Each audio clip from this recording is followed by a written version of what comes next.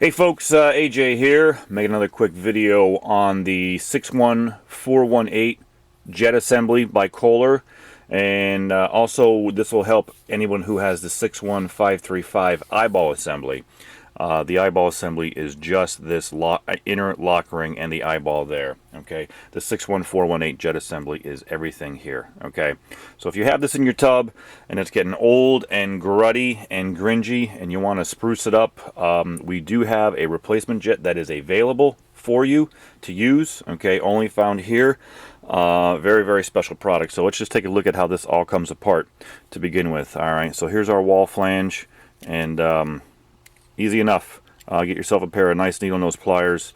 Yours is probably going to be a little bit gruddy. Thread out that lock ring, and then the eyeball comes out just like that. Okay. Now there is a metal escutcheon assembly that was also used by Kohler. This is obsolete as well. This metal escutcheon. This is the last one in the world. Fortunately, I had it here to make this video to demonstrate to you guys to see what's going on.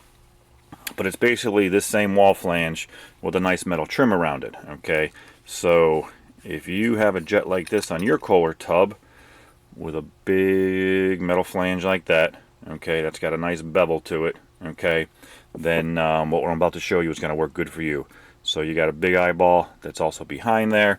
Now, for whatever reason, on the metallic version, the escutcheon assembly version, they used a O-ring behind there, okay. So I'm sure this is an old dated part, so this is probably all cruddy and grumbly, so just remove this O-ring, clean it all up down inside, okay, before you put on the new trim. All right, so the new trim we have available in white and chrome, okay, and it's going to come in just like this, okay. It's a new style eyeball and a new style flange. All right, drop that guy down inside there with the pretty side looking out, and then the flange just threads on. There's no need for an O-ring for this guy, okay.